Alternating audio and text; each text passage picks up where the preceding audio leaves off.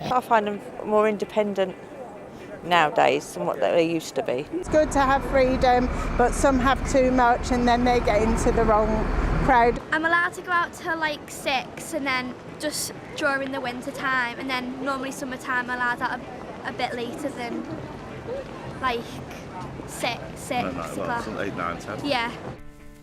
It's a very tough balance to strike between letting your children have the independence they're probably craving and still keeping them safe.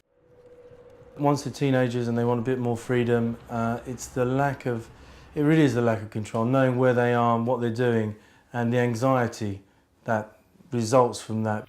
Well, I don't like it, absolutely not, because I want to keep her with me all the time, because I don't feel that I live in a very safe area.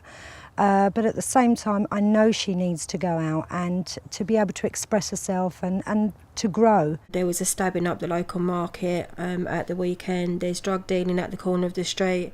So I do tend to try and keep my eye on them as much as I can. We're all aware of the media stories of dangers to children and all of that. But I think it's important to keep it in mind that how rare it is for children to be abducted, for example.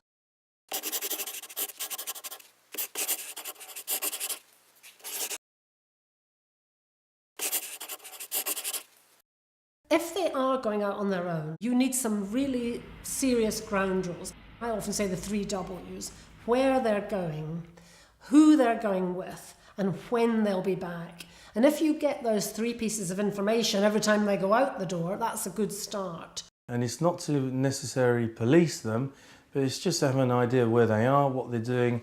Are they just hanging around or going to somebody's house? Well, to be fair, I'm a bit of a mollycoddler. I don't tend to let her, especially now with the dark night, she's got to be in pretty early. So we've talked about after school things to keep her active and keep her going, stay her sitting in the house being bored. It's all a part of growing up, isn't it? She needs to go out, she needs to have fun with her friends and not me lurking in the background, which I've done so many times. You go off and have a bit of fun.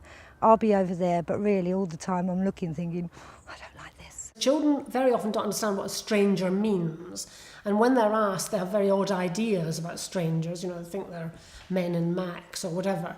So that can be a difficult concept. Hello, excuse me, hello, what's going on, girl? Hello? No child should ever go in a car with someone they don't know, no matter what the story the person tells them is. They should never, in fact, go with anyone they don't know at all without coming back home to check with you.